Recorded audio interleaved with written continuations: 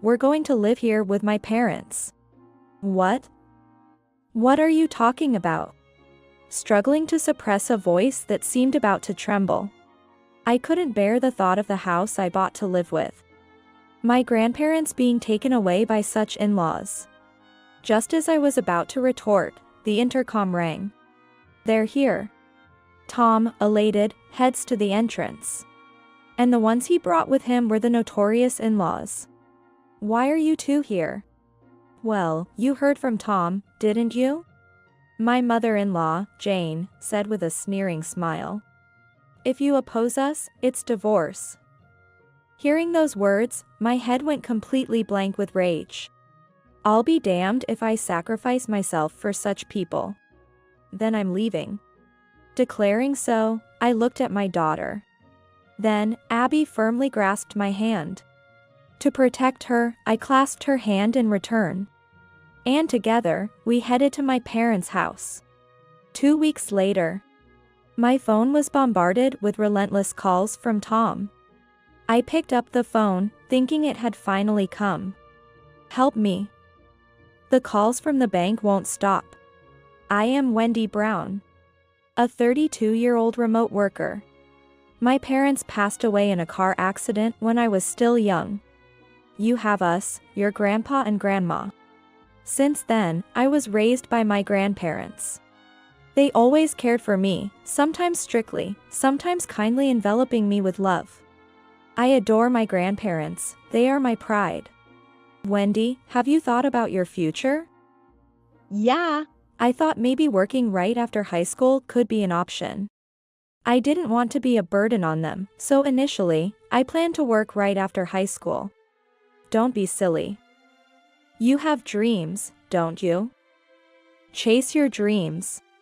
However, my grandparents encouraged me, pushing me to pursue my dreams by going to vocational school. That dream was to work in drawing.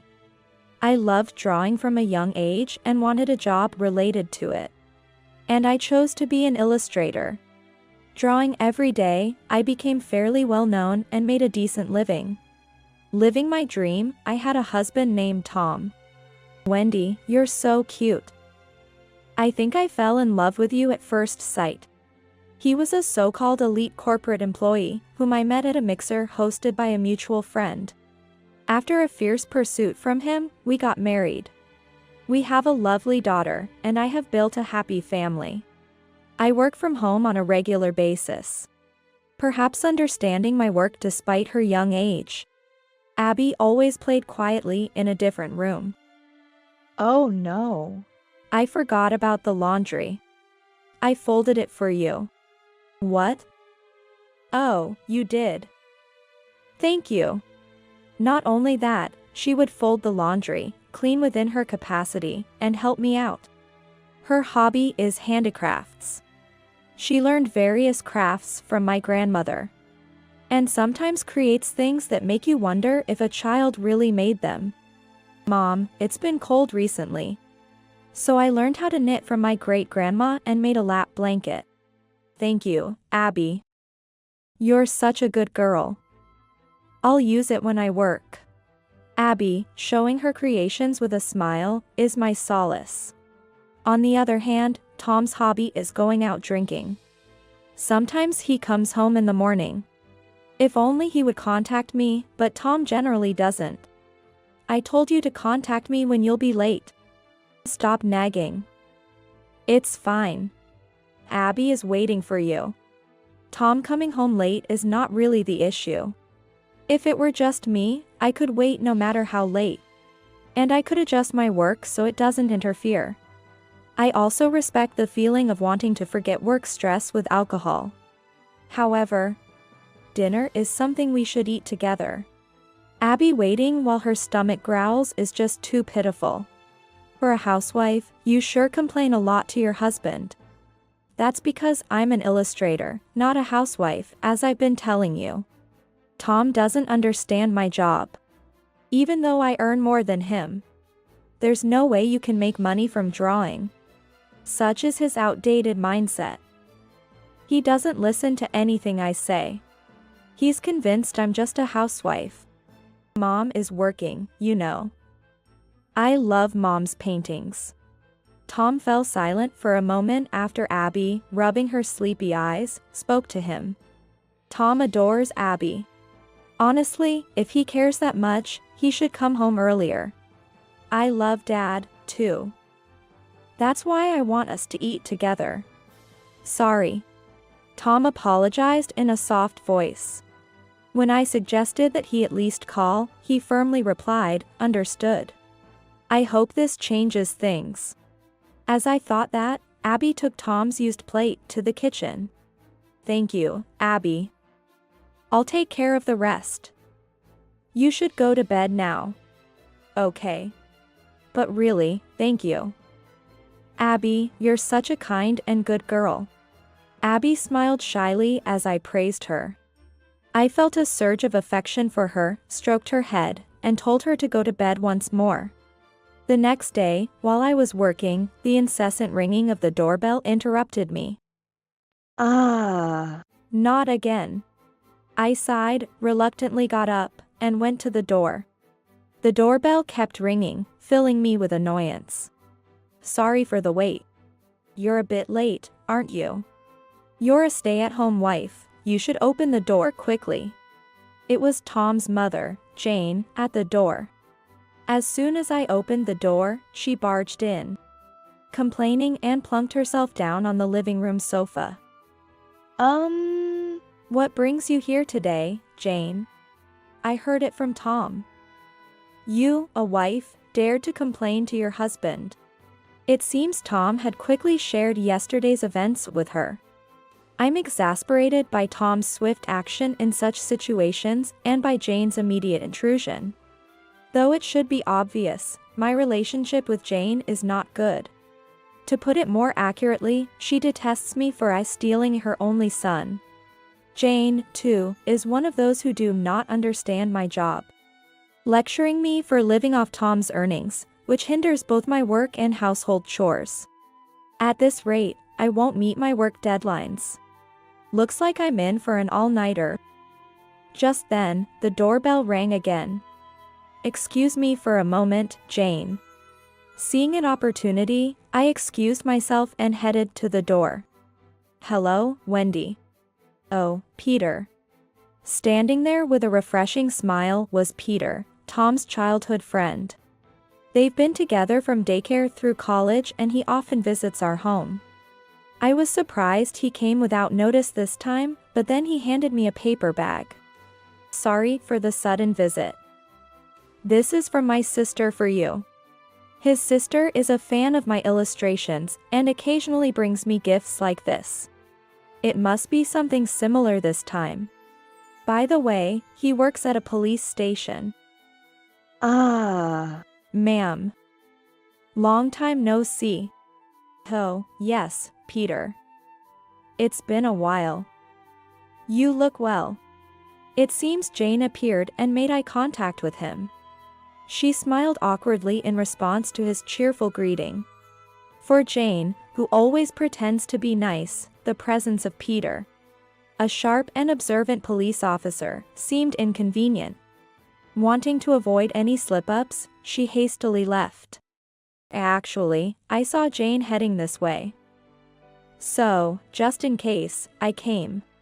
Peter has seen through Jane's true nature. He spotted her heading to our house while on patrol and had a bad feeling. He had planned to bring a gift after work, but decided to pick it up and come over as if by chance. I really shouldn't be doing this during work. Anyway, I'll go back to patrol. Oh, my sister wants to entrust you with a job. Of course, I'd be happy to. With that, he saluted and quickly left. However, he stopped, turned back to me, and said, "Be careful with Tom's father, too." Yes, of course. Tom's father is diligent at his job and sometimes he even stops Jane. But to be frank, Tom's father is a lecher. Whenever we stayed at Tom's parents', there were several occasions when he would come to the bath area while I was there or peek at me nursing Abby when she was still a baby. always pretending it was coincidental, but his ulterior motives were blatantly obvious. If anything happens, please tell me right away. If it's hard to talk to me, it's fine to speak to my sister. Thank you, Peter. He's so much more reliable than Tom could ever be. With these thoughts, I watched him leave for patrol. Despite the stress from Tom and his family, I find solace in Abby and dedicate myself to my work. And finally, I reached my savings goal. Tom. I want to move forward with that discussion. Which discussion? Oh, about the house? I had long wanted to buy a house to live with my grandparents, who are over 80 years old. Currently, we live in a condo near the company where Tom works. It's spacious enough for our small family of 3. But it would become cramped if my grandparents moved in. However, my family home is far from Tom's, making his commute lengthy. That's why I proposed to buy the house with my savings. True, it's worrying as they get older. I don't mind if it's coming from your money. Tom agreed with the idea. Now that I've reached my savings goal, I reported to Tom to get his consent. Then, I began searching for a new build-in between work. Tom. I found a great property. It's this one. Huh, looks good. Eventually, we bought a new house that met our criteria. Abby was excited to live with her great-grandparents. And I was thrilled about having my own workspace. On the day of the handover, this really is a nice house. What's this? As my daughter and I entered the house excitedly, the first thing we saw was a large number of unfamiliar cardboard boxes. Confused, Tom hurried us inside. Oh, it's spacious and nice, isn't it? Wait, Tom. What's with all those boxes? Those belong to my parents. Tom, who had quickly started inspecting the house, replied when I asked. I was dumbfounded by his response, and he smirked. I saved the money you earned, right? So, since it was bought with that money, it's practically my house. That means I get to decide who lives here. I couldn't comprehend what Tom was saying. We're going to live here with my parents. What? What are you talking about? I tried to suppress my trembling voice. I couldn't bear the thought of the house I bought to live with. My grandparents being taken over by such in-laws. Just as I was about to retort, the doorbell rang. They're here. Tom went to the entrance eagerly, and it was indeed his parents who arrived. Why are both of you here? Well, you heard from Tom, haven't you? Jane grinned wickedly. If you resist, we'll divorce. Hearing those words, my head went blank with rage. I refused to sacrifice myself for such people. Then I'm leaving, I declared, looking at my daughter. Abby then firmly grasped my hand. To protect her, I clasped her hand back and headed to my parents' house. Hey, wait. Leave Abby behind. No. I'm going with Mom. I don't want to stay with the grandmas who bully her. Tom stopped reaching out to Abby at her words. Send the divorce papers to my parents' house. With that, we started walking away. Shortly after, my divorce from Tom was finalized. I didn't ask for alimony in exchange for no division of assets.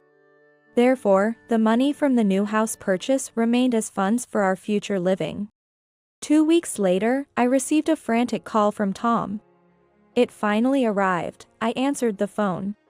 Help me. I can't stop the calls from the bank. He almost yelled as soon as I answered, barely suppressing my laughter. I decided to entertain the conversation. It's been tough every day. Well, that's to be expected, isn't it? The mortgage is $3,000 after all. What? Yes, the mortgage for that house is $3,000. Truth be told, I'm considered a top-tier illustrator, frequently receiving project offers, each bringing in tens of thousands in revenue. Moreover, having worked since my student days, I had ample savings. I had intended to buy the house outright, but I've noticed some odd behavior from Tom's parents. It might be best to hold off on paying. Peter advised me like that. So, we plan to use a joint account for the transfer, periodically depositing money into it. Though the account was in Tom's name, his employment status helped the loan get approved without a hitch. However, as much as Tom is considered an elite corporate employee, he doesn't hold any significant position yet. A $3,000 mortgage would be a substantial burden. Considering his nightly outings, it's hard to imagine he has much saved. What? How can I live like this? That sounds tough. My response, tinged with indifference, seemed to shock him. Why do you sound like it's none of your business? Because we are strangers now, aren't we? But it was you who decided to buy this house. Indeed, Tom had agreed. And it was his demands that escalated the situation. He never helped search for the new house, yet he had numerous requests. It should be close to my office. I want a study for myself. I want a spacious, sunlit room. These conditions led to the high price of the house. Who decided to live with their parents and kick us out on their own accord? But what about that savings? It was my money that, as I've said, I earn well as an illustrator. Far more than you ever did. Plus, that savings includes money from before I was married. And you agreed to forfeit any claim to it. Tom kept making excuses, seemingly unable to grasp the concept of remote work, despite its commonality these days. Anyway, don't rely on me anymore. Besides, I'm busy. There are many people waiting for my illustrations. After hanging up, I ignored further calls from Tom. Wendy, why are you raising your voice? When I let out a sigh unintentionally, my grandmother brought me coffee. I shared my conversation with Tom with my grandmother. That man has no backbone. Turning to his ex-wife because he can't pay. Shameful. Hearing this, my grandfather was outraged. I chuckled wryly and made a suggestion. You know what? Can we remodel this house? Since we saved the entire purchase price. Sure, do as you like. Eventually, this house and land will be yours. Yes, make it comfortable for you and Abby. They agreed without hesitation, and I decided to use my savings for the renovation, transforming the familiar house into an even more comfortable home. I began to feel excited again, with Abby also looking amused. Sometime later, Peter contacted me. I heard about the divorce. Just wanted to make sure you're okay. After I recounted what had happened, Peter fell silent for a moment. So, you're free now? Yes, I guess. Could we meet in person? When would you be available? Agreeing to adjust my schedule, I arranged to meet Peter. I've liked you for a long time, Wendy. Faced with an unexpected confession, I was taken aback as he continued to speak. I fell for you the moment Tom introduced us. But by then, you two were engaged, and I intended to keep my feelings to myself. I thought, at least I could protect you as part of my job. Now that we were divorced, he felt it was time to express his feelings. I'm sorry, this is all so sudden. I'm not surprised. It's a lot to take in all at once. Yes. I have Abby to think about, so I can't just say yes. Please give me some time to think. Of course. We left it at that for the moment. Peter then took the initiative to seek my grandparents' approval to start courting me. Sweet words never said to me by Tom were now conveyed with a refreshing smile, causing me to blush. If you need anything, just let me know. Plus, I'm quite familiar with the area from patrolling. I can recommend some budget hotels. During the renovation of our family home, Peter was incredibly supportive. Above all, he understands my work. Unlike Jane, who used to interrupt. He quietly takes care of Abby when I'm working and helps my grandparents. Abby has grown fond of him too. Since moving back home, I've felt happier than ever before. Wendy. I've finally found you. Tom appeared out of nowhere. I'm usually at home due to work, and my grandparents have been good at turning him away. So I had let my guard down, thinking Tom couldn't reach me. I just can't do it without you. Ever since you left, it's been one misfortune after another. Tom began to ramble about his troubles unasked. Trying to ignore him and leave. Don't ignore me. He attempted to lash out at me. But his raised fist was stopped before it could reach me. Enough is enough. What? Peter.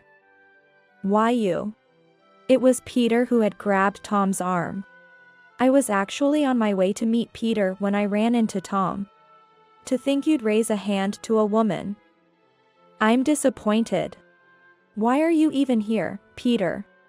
Don't come near her again. Peter forcefully sent Tom away. I was mesmerized by his protective stance. Thank you, Peter. I'm just glad you're safe. Peter smiled shyly at my words. I found myself drawn to him even more. After that, Peter and I started dating officially. I was able to truly smile from the bottom of my heart in those happy days with him. It wasn't long before Tom tried to contact me again, and soon after, I received a call from Jane, reminding me of something I had completely forgotten amidst the recent chaos. You useless daughter-in-law. Stop sulking and come back to help Tom. What are you talking about? I'm not your daughter-in-law anymore. But thanks to you, I remembered I could sue you for emotional distress. What? I had recorded all the verbal abuse from Jane, following Peter's advice. I had forgotten that I planned to demand compensation from her. So, I'll be making that claim now. Wait a minute. Ignoring her protests, I hung up and went to the lawyer with my evidence. I successfully obtained compensation. Around that time, Peter and I got engaged, and the three of us, including Abby, went out for a meal. Wendy.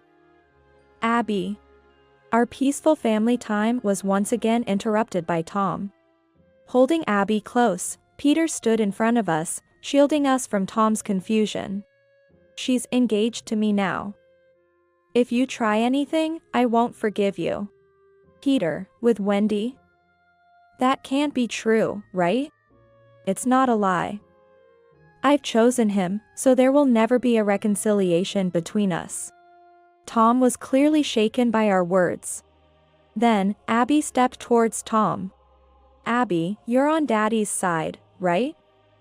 You want to live with Daddy, don't you? No. I don't like Dad because you were mean to Mom. I know Mom is working even if I'm just a kid, but Dad said it was just playtime. But my new dad doesn't interrupt Mom's work and takes good care of me too. So, I like my new dad better. Tom crumbled at Abby's words. Rejected by his beloved daughter, it seems Tom's spirit was finally broken. Ignoring him, we walked away. By the time we finished our meal and returned, he was gone, likely having given up. A few days later, the renovation was completed, and Peter and I began living together. The house looked magnificent, filling our hearts with joy.